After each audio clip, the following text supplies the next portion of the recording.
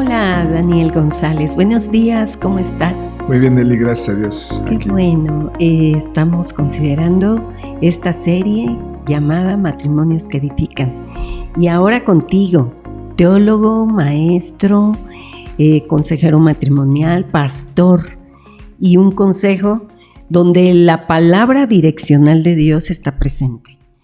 Y para todos aquellos papás que necesitan saber cómo conducir su matrimonio, cómo considerar estos consejos que como parejas necesitamos. ¿Sí? El matrimonio necesita reglas para vivir y emanadas de esa palabra de Dios que pues es una palabra reveladora, ¿verdad? Y queremos decirte, queremos considerar contigo pues una serie de estos consejos. Y para empezar, quisiéramos iniciar diciéndote que Dios sabe con quién nos vamos a casar, ¿verdad? Así es. A ver, platícanos un poquito de eso. Nada más para confirmar lo que decías de la palabra direccional. Sí. Dios siempre ha estado hablando, ¿no? Hay un libro que escribe un teólogo llamado Francis Schaeffer que dice, Él está presente y no está callado. Sí. Y en ese libro habla mucho de que Dios, a través de la creación, está hablando constantemente. Pero por nuestro alejamiento de Dios no podemos percibirlo. Entonces por eso es que nos ha dejado la Biblia, la que hemos denominado palabra direccional, porque es la que va marcando la pauta hacia dónde vamos. Sí, y el Señor conoce todo. Así es. El Señor lo sabe todo. Y a veces decimos, ¿por qué me casé con Él? ¿Por qué me casé con ella? Pero estaba dentro del plan de Dios. Así es. Sí, porque la Biblia eso es lo que nos dice, ¿no? Que Dios tiene todo bajo control. Y así como le trajo a Eva a Adán, así también nos trae a la pareja a nosotros. Entonces de ahí debemos de partir, que no es casualidad, nada es casualidad. Todo tiene un proyecto de Dios. Y si después de unos añitos, Bueno, el problema precisamente es eso, ¿no? Que esos después es porque el pecado, la transgresión delante de Dios ha hecho que uno ya no vaya con el entusiasmo con el que inicia, y es por eso que se rompe la relación, la comunión, y ya no está uno dispuesto a amar. Está uno dispuesto a que lo amen, pero no a amar. Está uno dispuesto a enamorarse porque es muy bonito el momento, el entusiasmo, pero el amor ya es de sacrificio, y es donde ya no bien. Por ahí hay una canción, ¿no?, que tiene José José. No sé si la escribe él, pero él la canta, que dice amar y querer, y está muy ad hoc a checar esto, ¿no? El querer es yo quiero acá, el amar es darse, y eso es lo que le ha faltado a los matrimonios. Sí, la palabra lo dice, el amor a veces es sufrido, el amor no guarda rencor, todo lo cree, todo lo soporta, y a veces es difícil que las parejas quieran amar así, necesitan la ayuda de Dios, ¿verdad? Necesariamente. Definitivamente, de hecho hace rato lo comentaba yo con los papás, aunque seas ateo, se necesita tener o creer en algo superior, porque uno solo no puede, El egoísmo. Exactamente. A veces el deseo de estar muy bien y mirarse a uno mismo, pero no quieren mirar al otro, ni las necesidades del otro, ni inquietarse por tantas necesidades que en el matrimonio se consideran, y a veces la falta de respeto, ¿verdad? Se cae en la falta de respeto, y Dios aconseja al varón que ame a su esposa y que la mujer respete a su marido. ¿Y por qué no ocurre eso? Precisamente por el egoísmo, ¿no? El pecado ha hecho que nos haga egoísta, piense uno en sí mismo. Tan solo recordemos el Génesis, cuando antes de que cayeran en transgresión delante de Dios, cuando Adán vio a Eva, dijo, este es hueso de mis huesos, carne de mi carne, será llamada varona, y como que la aceptó. Después de la caída, la mujer que me diste, o sea, luego se trata de librar él, y es el egoísmo, como estás comentando. Sí, pero entonces debería de ser que si yo conozco a mi pareja y veo las cosas que él puede cambiar, pero también reconozco las cosas que él no puede cambiar, y si el deseo de Dios es que ambos vayamos madurando, vayamos perfeccionándonos, y si hay una posición egoísta en el matrimonio, ¿qué se necesita hacer? ¿Qué consejo tú podrías darles a las parejas? Bueno, lo primero es que no crean que Cristo nada más es una actividad litúrgica o religiosa, como dice la gente, sí, sino Jesús trasciende a todo esto, ¿no? O sea, Dios está en Cristo reconciliando al mundo. Entra precisamente el matrimonio, la familia, los hijos, la sociedad, el trabajo, todo. Entonces, lo primero que tenemos que quitar de la mente es que Cristo está solamente en 4 paredes de algún templo o delimitado, ¿no? Jesús, si tú lo conoces, entonces hasta tu matrimonio va a ser beneficiado en eso, ¿no? O sea, creo que Cristo es la clave de todo esto. El Señor nos dice que nosotros necesitamos de Él. Solitos no podemos estar, que Cristo debe de estar en la familia y su palabra se tiene que hacer carne en nosotros. Es un estilo de vida donde pareciera que hay un estire y afloje, ¿verdad? Porque a veces es uno el que necesita la ayuda, a veces es el otro, pero cuando hay un varón que no sabe ser líder, donde Cristo debería de ser la cabeza dirigiendo al varón y la mujer en sujeción, no como una sujeción de esa de no te muevas, yo soy el que mando, ¿por qué de alguna manera podemos ver nosotros que estas parejas, estos matrimonios no se dan cuenta de la bendición que significa la palabra en la vida del matrimonio? Porque Dios nos enseña a amar, Dios nos enseña a cuidarnos, Dios nos enseña a darnos. Incluso decíamos con el pastor Armando Contreras, hay cosas que necesitan ser atendidas, por ejemplo, las relaciones sexuales, pero también necesitamos atender a los niños en su tiempo, en su momento de desarrollo. O sea, las tareas de la pareja son muchas, pero a veces gana el estrés, la desesperación, el egoísmo, el enojo, la violencia, la falta de comunicación. ¿Qué nos puedes decir? Sí, precisamente, el día que estabas comentando esto de las parejas, tuvimos el caso de mi esposa hace muchos años, de una pareja que los dos trabajaban porque ella se sentía mejor trabajando que estando en casa, aunque pues lo que hacen las mujeres en casa es titánico y es muy bueno, porque pues qué mejor que la mamá, ¿no? Que atienda a los hijos. Ella se sentía más reconocida afuera, y curioso porque todo el sueldo que ganaba ella, así literalmente era para la persona que les atendía a la casa y la persona que les ayudaba con los hijos. O sea que todo lo que ganaba ella era para pagar a esas 2 mujeres que estaban atendiendo a su casa y sus hijos. Y cuando nosotros supimos de eso y hablamos con ellos, le dijimos, bueno, ¿y por qué no la atiendes tú? No, ¿por qué no me reconocen? Desde acá en mi trabajo me reconocen, me dan regalitos, me dan atención. Y yo creo que es uno de los problemas, ¿no? Que los matrimonios no hemos sabido, empezando con el esposo, dijiste muy atinadamente, al esposo se nos manda a amar. Cuando veo uno el libro de Efesios, claramente dice Dios, ¿no? Maridos, amad a vuestras mujeres, como Cristo amó a la iglesia, y a la mujer la manda a sujetarse, pero ahí la fuerza de acción del liderazgo es hacia el varón. Entonces, como el varón no lo está amando bien, la mujer anda buscando quien reconozca eso. Y a veces se llevan entre los pies a la casa, a los hijos, la misma relación. Las palabras de afirmación, ¿verdad? El reconocer todas esas habilidades del esposo, las habilidades de la esposa. Y creo que a veces no nos conocemos, a veces no identificamos nuestras fortalezas y solamente criticamos, a veces ofendemos.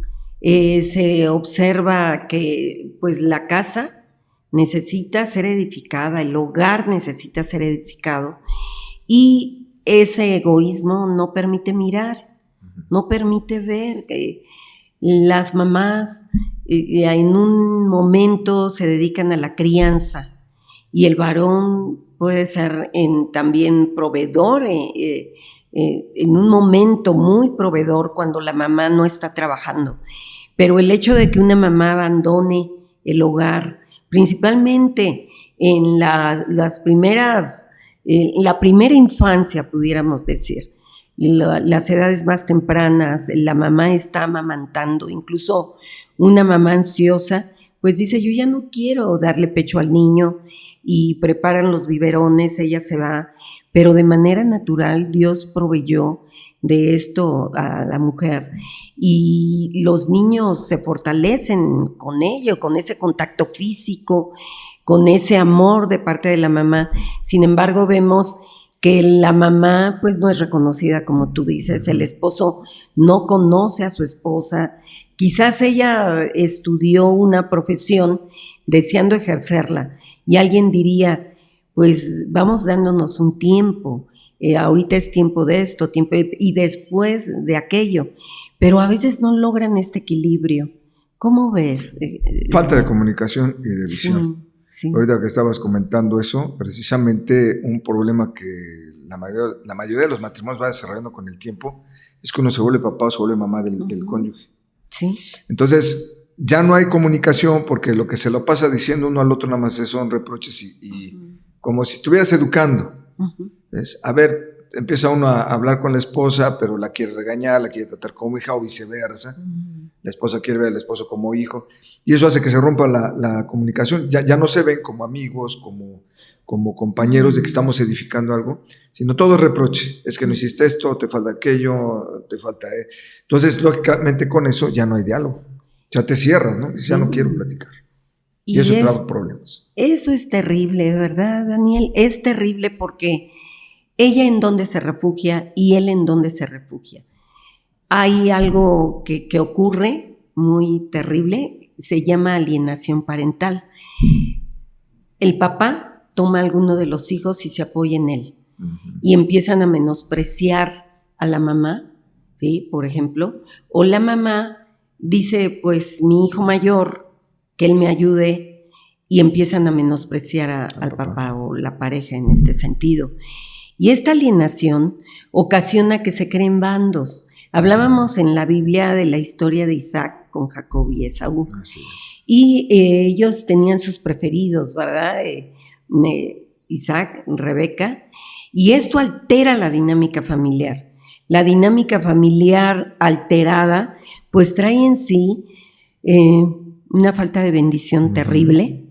Incluso pudiéramos decir que agarran a los hijos para pelear contra el padre, ¿sí? Porque a veces ellos ya no pueden y se valen de su equipo, que puede Así ser es. el hijo, y les dañan. Ellos están generando también una alteración en la vida de los hijos, que posteriormente va a notarse, ¿no? Cuando ellos estén en una relación también de pareja. Entonces, en la relación de pareja se tiene que estar muy atento, escuchar la voz de Dios. Dios nos llamó a paz, no a violencia, a discusión, a alteración. Sí, las historias bíblicas son para eso, reflexionarlas. Dice el Proverbios 25:2, gloria de Dios es encubrir un asunto, pero honra del rey es escudriñarlo. Wow. Y entonces ahí es donde nos damos cuenta que Dios nos permite tener experiencias para que uno vaya meditando y escudriñando eso. Sí. Luego Eclesiastés 1:13 dice que Dios ha dejado la sabiduría como un penoso trabajo para que los hijos de los hombres se ocupen en él. Entonces nuestra labor es constantemente estar reflexionando esto. Sí. Porque ahorita que citaste la vida de Isaac y de Rebeca, el tomar bandos provocó que aún los hijos se empezaran a pelear, tratando de ponerse en posición. ¿Quién era el mejor? En este caso, por eso Jacob se roba la bendición de su hermano. El hermano está pensando, nada más que se muera el papá, lo mato a este. La mamá, vete de aquí, vete allá con los primos. Se rompe la familia, ¿no? Por eso que acabas de comentar. Y yo creo que ese es el punto que como parejas o matrimonios debemos de cuidar mucho, ¿no? La discordia entre hermanos, Dios dice, previene ante esto, ¿no? Y pienso que la sabiduría del Señor se debe considerar para criar hijos, para mantener el amor, y pudiéramos aquí mirar que el desamor que se estaba gestando entre los hijos, porque pareciera que cada quien tenía su hijo preferido. Así es. Esto es correcto. Tú No, pues dime, no es que correcto. ¿cómo ves esto? Que Claro un papá que no. se hace de un hijo como su preferido, ¿no? ¿Qué deben de hacer los papás? Bueno, en ¿Cómo primer lugar, evitar esto? Porque no debes sí. tomar preferido. O sea, es muy diferente que uno de tus hijos se identifique contigo y se acerque a que tú lo busques y te apegues a él. Porque, bueno, yo tengo 3 hijas, cada una necesita ser amada a su estilo, y aunque a lo mejor una de ellas se apega más a mí, entonces no por eso la voy a proteger más que a las otras 2. Sino, bueno, está bien, tú te apegas a mí, tenemos más comunión de identificación de cosas, pero las otras 2 también, a su estilo de ellas, hay que amarlas y evitar que haya ese tipo de conflicto. Si no, se cae en el problema que cayeron Isaac y Rebeca, ¿no? Sí, hacer que se peleen y al rato ya no se quieren ver. Y bueno, algo que hay que procurar es que siempre la familia se vea como una unidad de apoyo en cualquiera de la vida. Tú decías, dentro de la familia, el matrimonio y el matrimonio en la sociedad. Así es. Para que se hagan países fuertes, así ¿verdad? Porque nuestros países se debilitan porque sus familias están débiles. Y en este sentido tenemos que afirmar a los hijos, tenemos que ayudarles a crecer para que nuestra generación vaya de menos a más, para que sean mejores generaciones. El papá tiene que afirmar al varón, la mujer tiene que mostrar cómo es una relación entre papá y mamá, porque ellos están mirándonos, ellos están reconociendo lo que es el matrimonio. ¿No es así? Así es. Sí, así es que es clave, ¿no? O sea, Dios lo instituyó. Eso no es una institución humana. Por eso se habla de una institución divina. Dios es el que lo pone, como al principio comentabas. Dios trae a tu pareja, te pone con la pareja. Quiere que hagas hay un libro, una parte, perdón, del libro de Jeremías que dice: yo los he formado para que tengan familia, que me honre. El honrar a Dios es mantener una buena sociedad.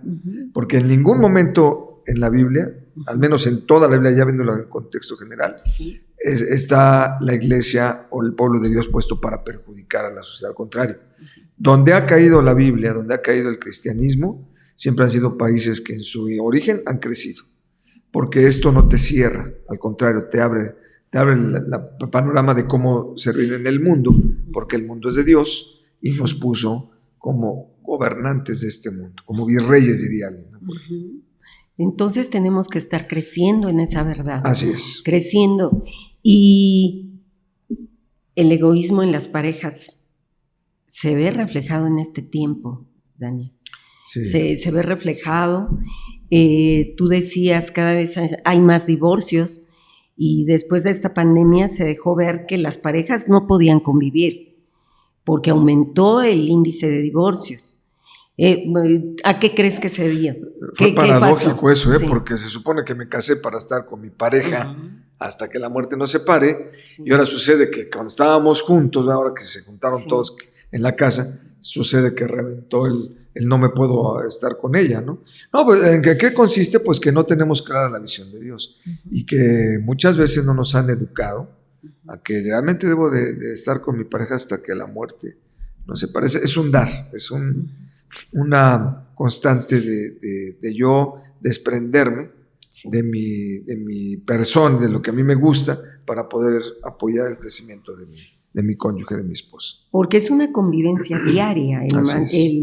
El hogar se constituye en un lugar donde estamos viendo las necesidades de los demás, donde estamos reconociendo, y tú lo decías, ¿qué necesita mi hijo? Y dice: instruye al niño en su camino. Así es. No es mi camino. Cada camino tiene una serie de características, nos deja ver las necesidades de cada hijo, dónde hay que apoyarlo y potencializar esas áreas de la vida, porque tú dijiste, Dios nos puso en este mundo para administrar, para gobernar, para ayudarnos como pareja.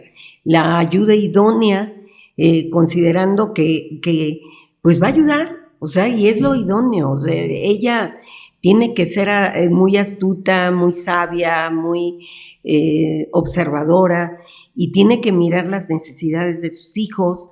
El varón, por ejemplo, tiene que desarrollar la masculinidad en sus hijos, la mujer, la feminidad en sus hijas.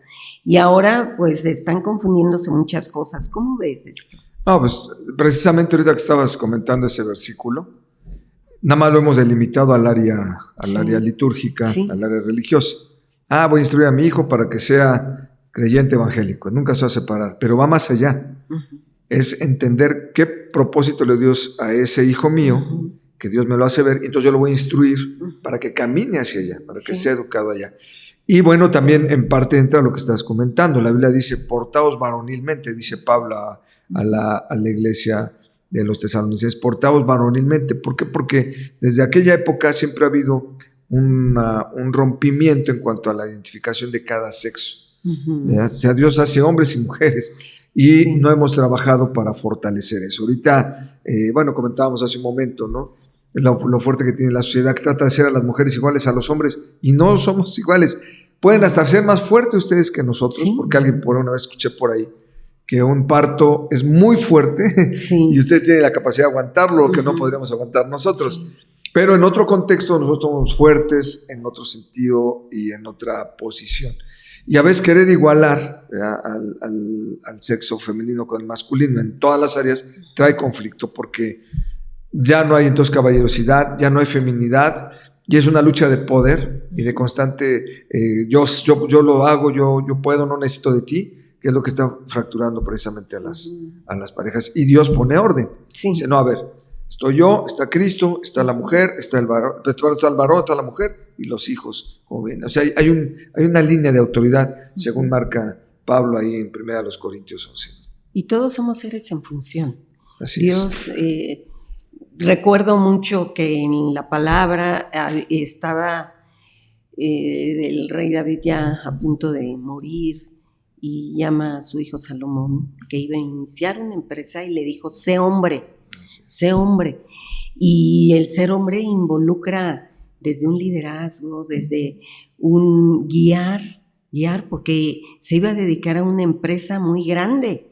Y nosotras como mujeres sabemos que funcionamos a la par con nuestra razón, pero también con nuestras emociones. A veces podemos ser muy sensibles, y dicen que en una empresa siempre hace falta una mujer para que haya un equilibrio.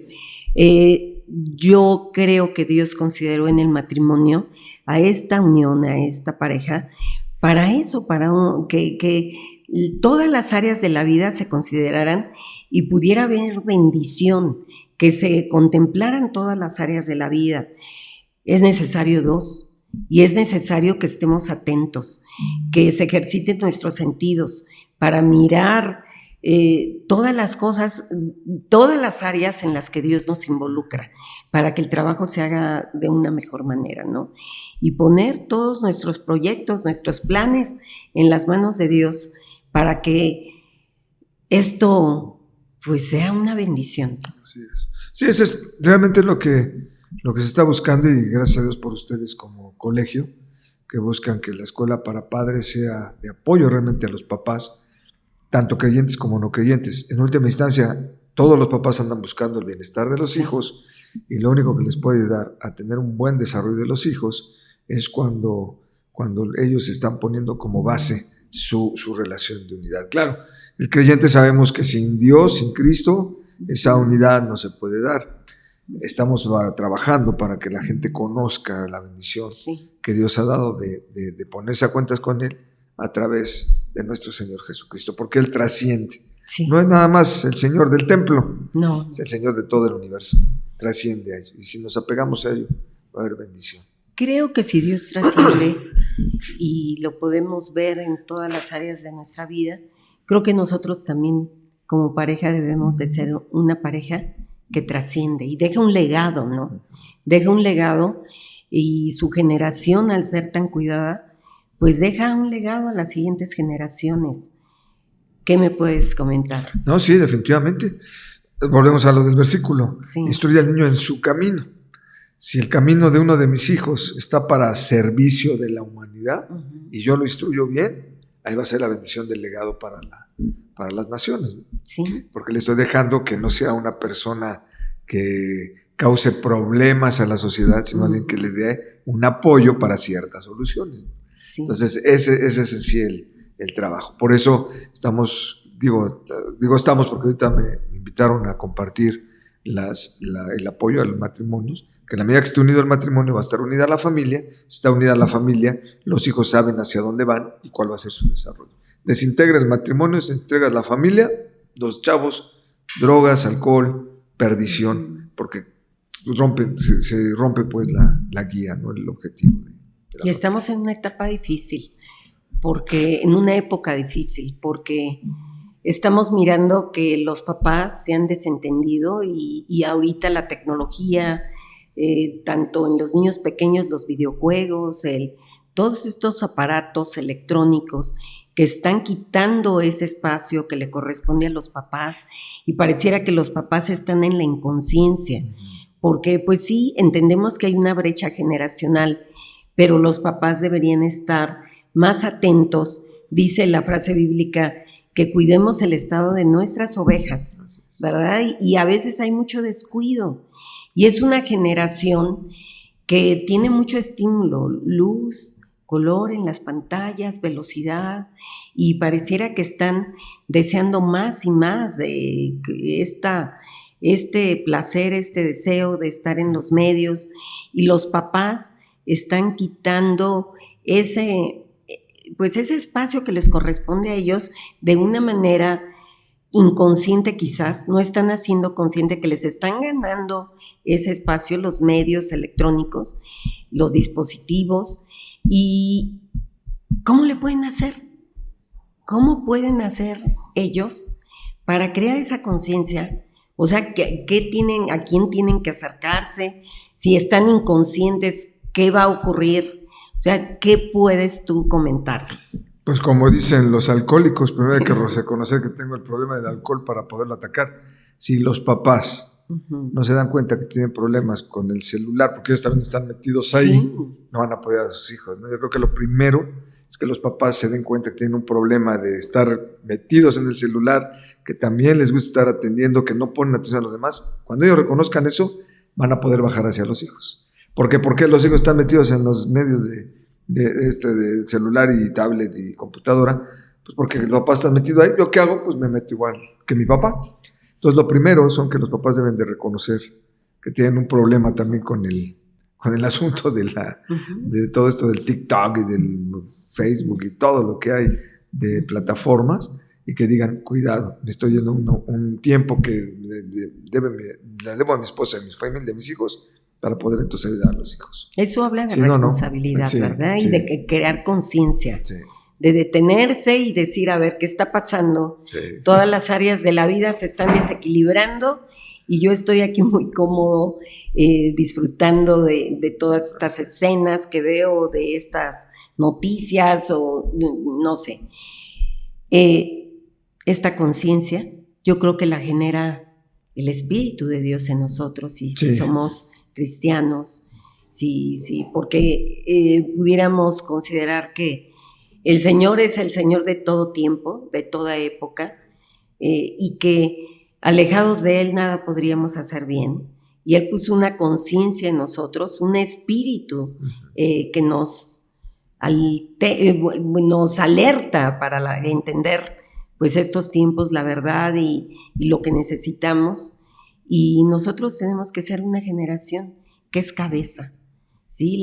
Una generación que instruye a otros, una generación que ayuda, una generación que descubre cosas para beneficio de la humanidad.